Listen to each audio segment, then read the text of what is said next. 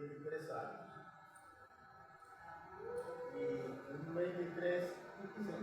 23 de agosto de ese año yo empecé a pastorear.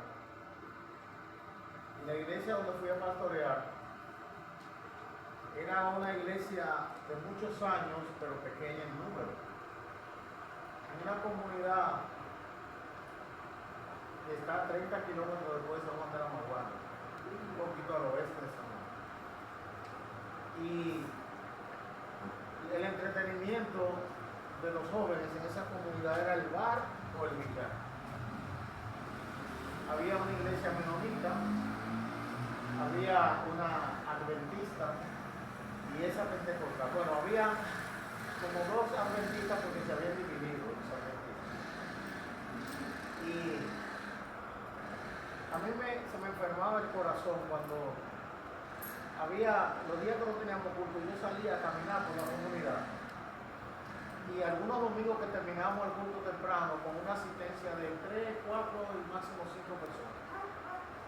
Y salía a mirar a la gente y el bar estaba lleno y el billar estaba lleno. Y la gente caminando en la callecita principal del municipio. Y la iglesia allá en soledad. Y yo decía, me ponía a pensar, no juzgaba a la gente, pero me dolía y pensaba, wow, ¿cuántos años esto estará así? Pero entendí que lo que tenía que hacer, lo que fui a hacer, tenía que hacerlo con 3, con 2, con 1 o con 1 millar. Y años después tuve que ir para el otro lado del sur, al que le llaman sur profundo. Ahí la situación era distinta. Ahí había un poco más de gente, pero la gente tenía características muy distintas a la del otro lado. Eran muy beligerantes, había mucho problema dentro. No problema conmigo, uno con otro. Y yo decía, wow, una de las iglesias más viejas de este presbiterio. ¿Cómo que no han entendido el evangelio todavía? Que se viven huyendo uno con otro. Yo no entiendo, yo lloraba. Porque yo no aprendí el evangelio así. Yo aprendí que los hermanos son sagrados y son hermanos siempre. No entendía eso. Pero continué tratando de hacer lo que tenía que hacer, porque decía, si no lo hago, tal vez Dios me trajo aquí por esto, y si no hago lo que tengo que hacer, ¿cuándo van a mejorar las cosas? Así que yo me daba ánimo, me daba ánimo a mí mismo, y seguía adelante, sufriendo siempre. ¿Qué era lo más difícil de eso? Que no hallaba con quién hablar. Había, pero no me sentía en la confianza de sentarme, que alguien me escuchara, que alguien me ayudara a llevar esa carguita. No sentía que podía confiar. ¿Y saben qué me sostuvo? La fe en Jesús. Amén, amén, gloria a Dios. La fe en Jesús. En esa primera iglesia, yo decía, esto que voy a decir es una exageración, pero yo decía, ¿quién vive aquí? Tenía que mandarme yo para el banco para decir, Cristo, yo mismo.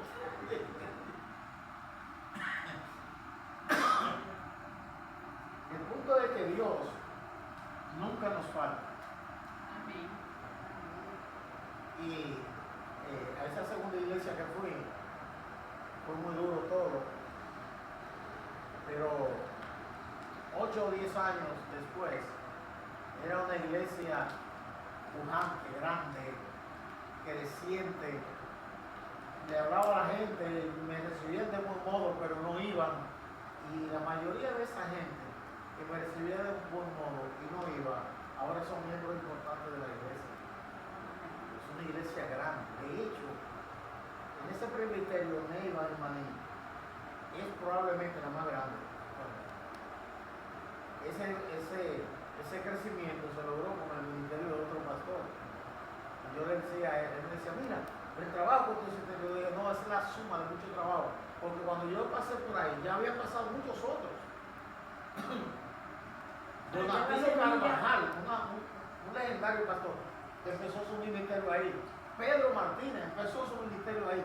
Todos ellos aportaron su granito de arena. O tiraron su semillita, pastor. Sí. Cada uno sembró su semilla y con el tiempo. Yo llevo una iglesia grande. No debemos cansarnos nunca de hacer el bien.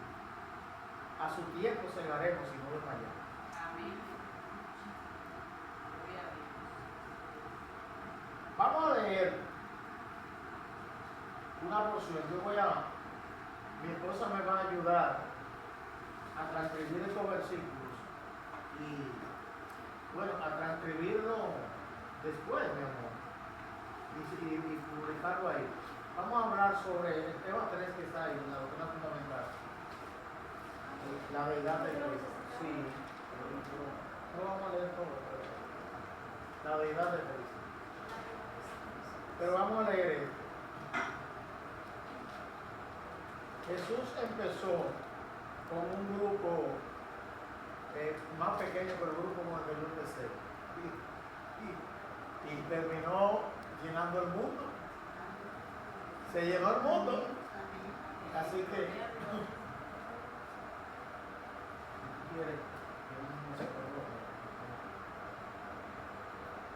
vamos a leer esta porción de la Biblia, Hebreos, capítulo 1.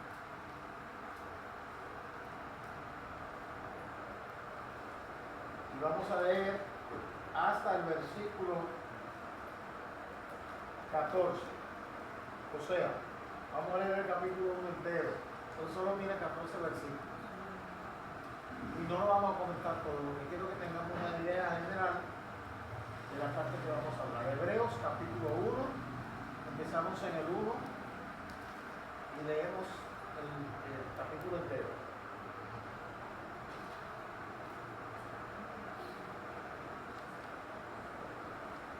En el nombre de Jesús.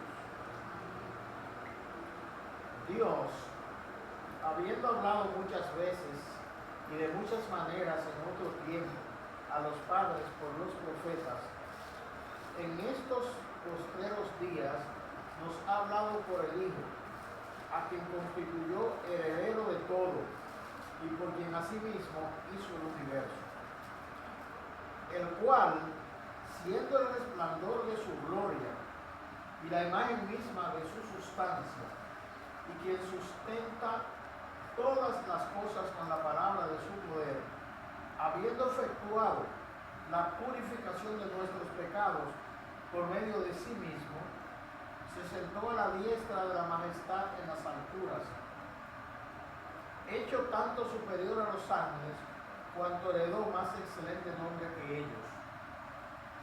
Porque ¿a cuál de los ángeles dijo Dios jamás, mi hijo eres tú, yo te he engendrado hoy? Y otra vez, yo seré a él padre, y él me será a mí hijo. Y otra vez, cuando introduce al primogénito en el mundo, dice, adórenle todos los ángeles de Dios. Ciertamente, de los ángeles dice, el que hace a sus ángeles espíritus y a sus ministros llama de fuego. Mas del Hijo dice, tu trono, oh Dios, por el siglo del siglo. Cetro de equidad es el cetro de tu reino. Has amado la justicia y aborrecido la maldad, por lo cual te unió Dios, el Dios tuyo, con óleo de alegría, más que a tus compañeros.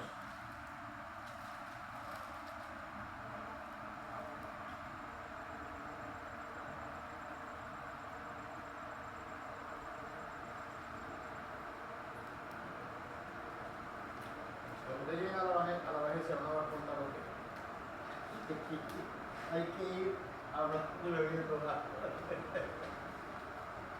Vamos por el 10. Y tú, oh Señor, en el principio fundaste la tierra y los cielos son obra de tus manos. Ellos perecerán, mas tú permaneces, y todos ellos se envejecerán como una vestidura, y como un vestido los envolverás, y serán mudados, pero tú eres el mismo, y tus años no acabarán. Pues a cuál de los ángeles dijo Dios jamás, siéntate a mi diestra, hasta que ponga a tus enemigos por estrado de tus pies? ¿No son todos espíritus ministradores enviados para servicio a favor de los que serán herederos de la salvación? Hebreos 1. Bueno, la Biblia tiene muchos versículos, muchos pasajes donde se habla de Jesucristo como un ser humano, y se habla de él como un ser humano que nace de las entrañas mismas del Padre. Lo llama hijo, pero lo llama hijo en un sentido trascendente y muy distinto al sentido en el que son hijos de nosotros nuestros hijos.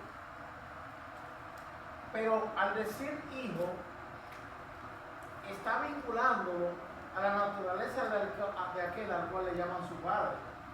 Porque un hijo es de la naturaleza del que lo engendra. Cuando es hijo engendrado, porque cuando es adoptado, si le hacen la prueba de paternidad, no va a aparecer que es el hijo.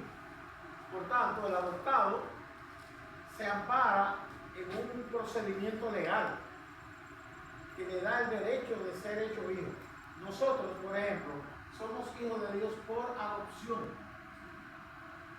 Pero de él dice, mi hijo eres tú, yo te he engendrado hoy. Quiere decir que él es, por eso dice aquí, que él es la imagen misma de la sustancia. Porque él es de la esencia del Padre, de la naturaleza del Padre. Yo no soy de la naturaleza del Padre, yo soy adoptado. Y nosotros todos somos adoptados. Recibimos el derecho de ser hechos hijos de Dios por la obra de Cristo. Pero Cristo es hijo porque el Padre lo engendró.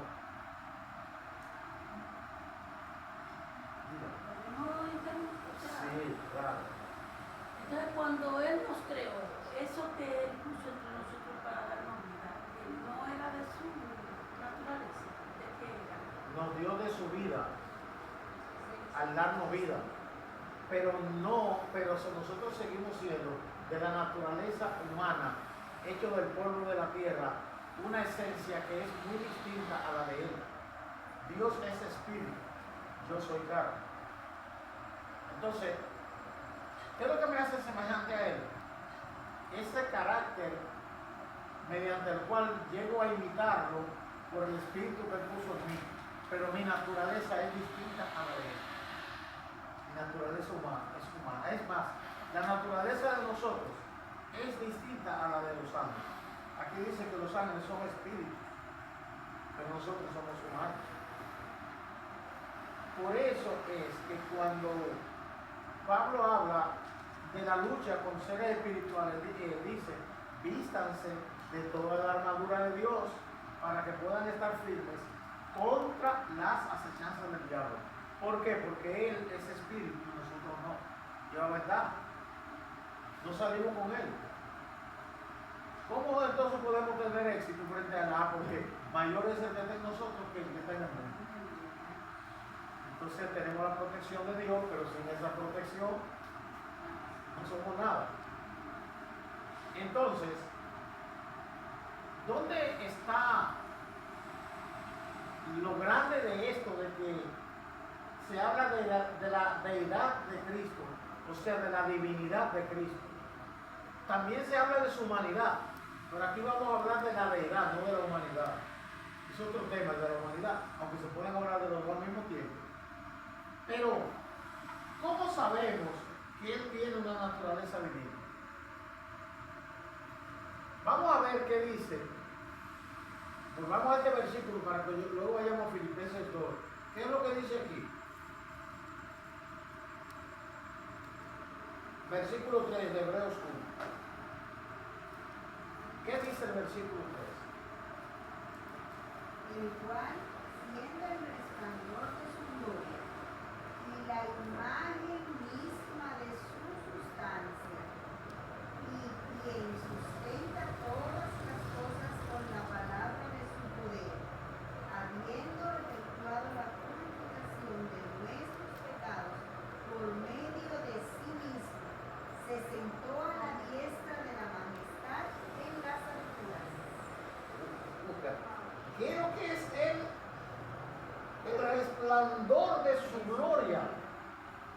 la imagen misma de su sustancia. Pudo haber dicho la imagen de su forma, pero no. Es la imagen de la sustancia. ¿Con qué se relaciona la palabra sustancia? ¿Ustedes han visto hueso alguna vez? La sustancia es como lo de dentro, lo profundo, la esencia. Él es la imagen de su sustancia. Eso es una cosa muy grande y profunda. ¿Qué dice Juan 1:18? Evangelio según San Juan, capítulo 1, versículo 18.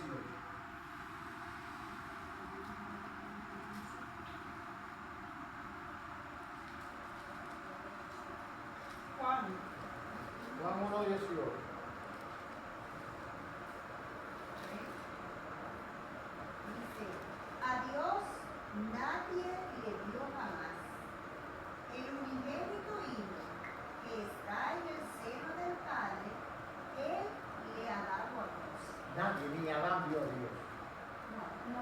Pero Él, que está en el seno del Padre, Él le ha dado a conocer. Por eso, en Juan 14, cuando Tomás dice, Señor, muéstranos al Padre, y eso es suficiente para nosotros.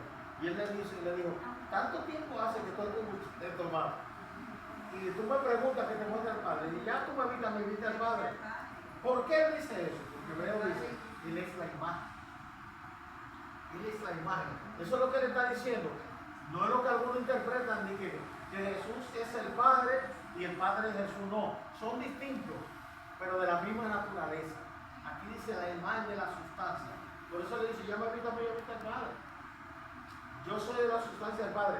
Y dice, ninguno de los hombres ha visto a Dios. Nadie ha visto a Dios jamás, ni le puede ver. Ahora, eso indica que Él tiene una naturaleza, porque en el libro de Éxodo dice la Biblia, no me verá hombre y vivirá.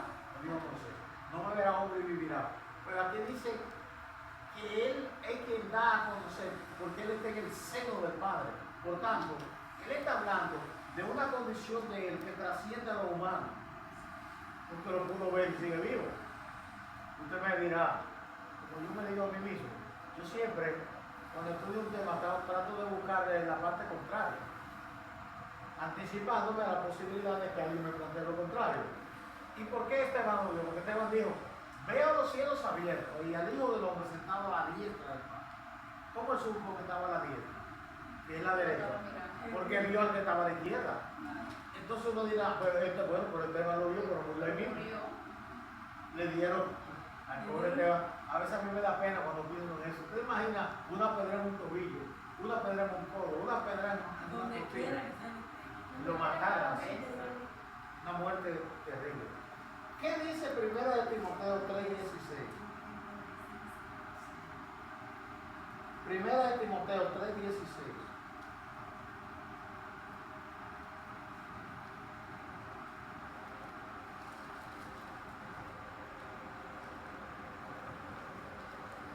Indiscutiblemente grande es el misterio de la tierra.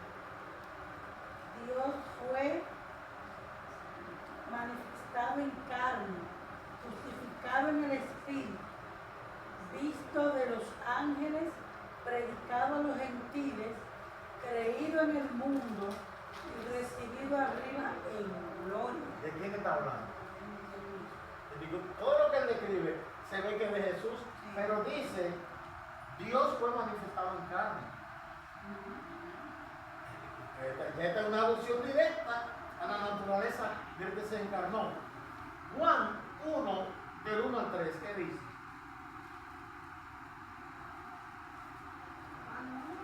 Del 1 al 3. En el principio era el Verbo, y el Verbo era con Dios, y el Verbo era Dios. Este era en el principio con Dios. Todas las cosas por Él fueron hechas, y sin Él nada de lo que ha sido hecho fue hecho. El verbo, ¿y cómo sabemos que está hablando de Jesús ahí? ¿Cómo sabemos? El versículo 4 dice, en Él estaba la vida, y la vida era la luz de los hombres. La luz en las tinieblas resplandece y las tinieblas no prevalecieron contra ella. Hubo un hombre enviado de Dios, el cual se llamaba Juan. Este vino por testimonio, para que diese testimonio de la luz, a fin de que todos creyesen por él. No era él la luz, sino para que diese testimonio de la luz. Aquella luz verdadera que alumbra a todo hombre venía a este mundo. En el mundo estaba y el mundo por él fue hecho, pero el mundo no le conoce. A los suyos vino y los suyos no le recibieron. Entonces sabemos que está hablando de esto por las explicaciones. En el principio era el verbo, y el verbo era con Dios, y el verbo era Dios. Ese texto en el griego dice, y Dios era el verbo. Quiere decir que a quien él llama el verbo ahí, es de la misma naturaleza de aquel a quien llama Dios. Estoy salteando la cita porque no nos va a dar para el Tito 2:13. ¿Qué dice?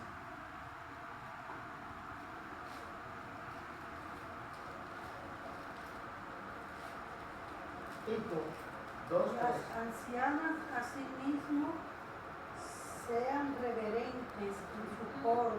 Es el 13. Aguardando la esperanza bienaventurada y la manifestación gloriosa de nuestro gran Dios y Salvador Jesucristo. Oiga, la esperanza bienaventurada y la manifestación gloriosa de quién? De nuestro gran Dios y Salvador Jesucristo. Entonces, para los apóstoles, están escribiendo, miren, Dios tenía razón, porque hay cosas que ellos vieron de él. Por ejemplo, a él trataron de apresarlo y se fue creer y ninguno lo agarró. Y cuando los apóstoles estaban, que todavía no habían comprendido bien la cosa, asustados porque lo apresaran, él dijo, a mí nadie me quita mi vida. Yo la tomo y la tomo. Todo lo que ellos van a hacer, lo que está predeterminado, y yo voy a dejar que lo hagan. Porque uno le dijo, Señor, que no te pase nada. ¿Quieres que pidamos fuego del cielo y que lo consuma como hizo Elías? Y él le dice, tranquilo, él no sabe de qué espíritu son. No, yo puedo pedir legiones de mi padre de ángeles y acabar con eso, ¿no? Y yo no vine a eso. Para que ellos entendieran, aunque no lo entendieron en ese momento, que lo que él estaba viviendo fue que él aceptó vivirlo para poderlo redimir. Nos redimió para Dios con su propia vida. Ahora, aquí Pablo, al escribir a Timoteo, le dice, grande es el misterio de la piedad. Dios fue manifestado en carne, eso es una cosa. Como que uno dice, pero ven acá,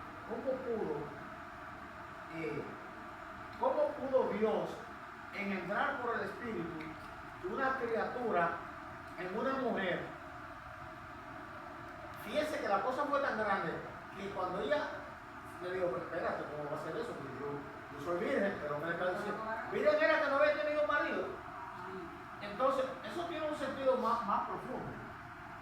Porque la pérdida de la virginidad no es solo que haya tenido penetración. Hay otra forma de perder la virginidad. Pero ella le dice, entonces le dice, el Espíritu de Dios te cubrirá. Y le dice, por tanto, el santo ser, oiga lo que le dice el ángel Gabriel, el santo ser que nacerá de ti será llamado Hijo del Altísimo. Es decir, que se estaba produciendo una manifestación misteriosa del poder de Dios, consistente en depositar, en germinar, para producir una criatura, tomando como contraparte la estructura humana de un ser humano. No fue que María pasó a ser una diosa cuando se produce eso. Si Dios siendo humana y siendo mortal, con esto no la degrado, yo no soy de los evangélicos enemigos de María. Porque mire, Pero su propósito también. había muchas vírgenes en Por eso Israel. lo que ella dijo, es aquí el reclamo del Señor, hágase mi Hágase en mí conforme a tu voluntad. que ella sin tener marido, siendo virgen, iba a tener una criatura, entonces eso tenía que ser de Dios. Exactamente. Por eso le creyó a Dios. Y a veces no siempre estudiamos la vida de esa mujer. Esa muchacha era una muchacha cuando hizo Jovencita. una joven. Porque fíjense bien que a lo que se exponía era a una muerte sin discusión. Cuando José se enteró del embarazo, la quería dejar secretamente, porque era justo y no quería desacreditarla. José sabía que el embarazo no era de él. Entonces, Dios de manera soberana envió un ángel que habla con José, y el ángel le explica y José hace. Dicen ese hombre No, era un hombre de Dios. Él no tuvo dificultad para ser convencido. José era un hombre justo, dice la Biblia. Ahora, ella, lo que el ángel dice de ella, a mí me impresiona. Salve, muy favorecida. Bendita es tú entre las mujeres y bendito el fruto de tu vientre. Para ella ya era bendita cuando consumió ese fruto. Dios la bendijo, Dios la santificó. Y lo que Dios dice de ella, no, en serio, lo que Dios dice de ella,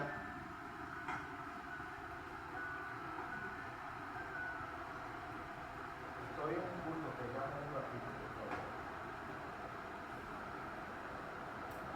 Lo que Dios dice de ella me desautoriza a mí a hablar mal de ella. Pastor, no. O sea, las investigaciones no llegaron a más allá de cómo realmente nació él. Si ella siguió siendo virgen, si fue por cesárea, porque No, Ella vuelve otra vez, la virginidad no es porque se le quite el himen ahora. Ella siguió siendo virgen. Ella sigue Pero él no iba a seguir con el himen, se daba luz normal. Y en ese tiempo no existía el procedimiento necesario.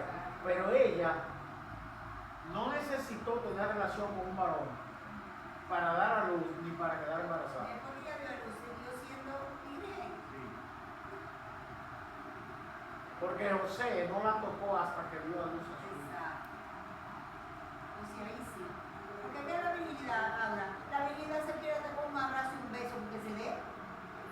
Usted sabe, y usted sabe la cantidad de mujeres que van con el himen al matrimonio, que han hecho más. Villas recorridas. no, eso yo lo sé.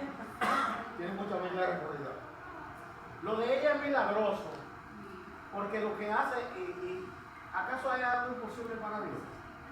Lo que hace Dios es que pone en ella la célula germinal típica del varón, que Dios mismo, con la que Dios mismo dotó al varón, pero la puso en ella no por intermedio de un varón. Eso fue una inseminación. Eso fue una inseminación, Ah, por así y llamarlo. si, cuando eso había inseminación, él lo hizo. O sea que si él hubiera querido hacer una cesárea, la hace, porque él no le hizo una cirugía a Adán para sacarle la costilla y ponérsela a él. Ah, pues él fue por cesárea. Ella lo parió. No vamos a discutir eso. Mira que ese pesebre, ella parió a ese muchacho ahora. Dice la Biblia que dio a luz. Dio a luz, ella lo parió. Ahora, Eso es ahora para salvar. para el que no cree, eso no es posible. Para el que no cree, hay otras cosas menos grandes de ahí que no son posibles porque no la creen. Ahora, la Biblia dice: al que cree, todo le es posible. Al que cree. Y uno sabe que Dios puede hacer cosas grandes. Bueno, la puede hacer el hombre. Entonces, Filipenses 2, 5 al 8, vamos a terminar con esta parte. Filipenses 2, 5 al 8.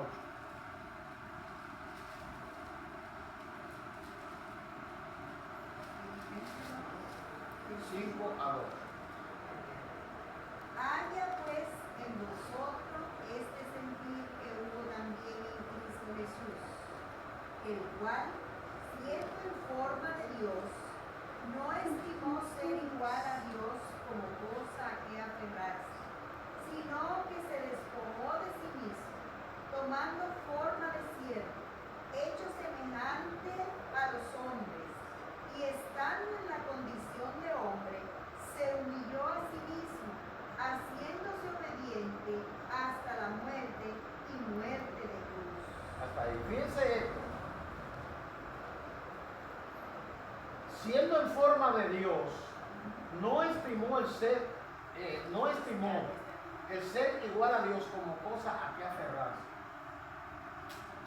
Es decir, no valoró esa condición como para aferrarse a eso y no humillarse como su humilló. Eso es otra cosa seria, lo que está diciendo ahí. Se negó a él mismo. Se negó a sí mismo para que nosotros aprendamos a imitar ese comportamiento. Haya pues en nosotros este sentir que hubo en Cristo. Cristo se humilló, pero ¿en qué consistió la humillación? En que Él no tomó en cuenta el ser igual a Dios como cosa que aferrarse, como para decir, no, yo voy a humanizarme y vivir lo que esa gente está viviendo, no, porque no lo merecíamos, pero Él no se aferró, sino que se despojó a sí mismo.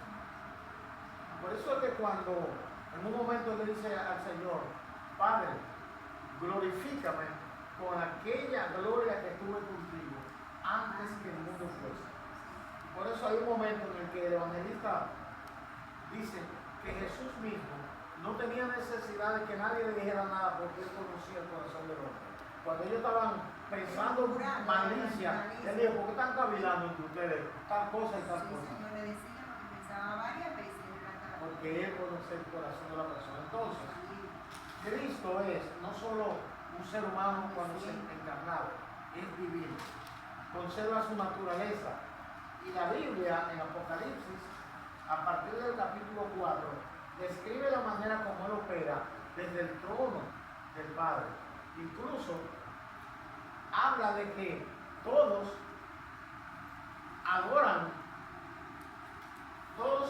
al Padre, adoran al Cordero, que es como se le define ahí, y también adoran al que está en el trono.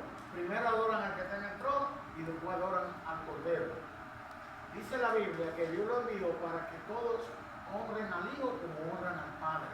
El que no honra al Hijo, no honra al Padre. Observe ese detalle. Por eso la Biblia dice, ya añadiendo ahí hacia el otro elemento, que toda blasfemia contra el Espíritu Santo no tiene perdón, ni en este siglo ni en el venidero. Claro que están negando la eficacia del sacrificio de Cristo, ¿eh? Y fíjense cuando llega Jesús, Él dice, lo que usted hable de mal contra el Padre, contra Dios, se le podrá perdonar, pero no contra el Espíritu. Después vamos a analizar eso. También Él dice que Juan es el hombre más grande nacido de mujer. No, Juan el Bautista dijo, Jesús, no ha nacido otro más grande que él de mujer. Oiga lo que está diciendo. No hay nadie más grande, y eso es Jesucristo lo que está diciendo. Eso incluye a Abraham, a Elías, a Moisés. Cuando eso lo está diciendo el creador de todas las cosas, que es tan grande que Juan el Bautista dijo, yo no soy digno de encorvado de saltar la correa de sus sandalias, pero eso dice Juan de Cristo. Y Cristo dice de Juan, de mujer no ha nacido otro más grande que él. Y a Juan le preguntaron, ¿tú eres? Yo, tú no. Espérense. Viene detrás de mí. Vamos después a seguir con el tema, pero mi esposa le va a dar todas las citas bíblicas que necesitamos. Para la próxima que tema nos toca. El 4, la caída de Cristo, del hombre. Es el tema del hombre, su caída y redención. Dios le bendiga.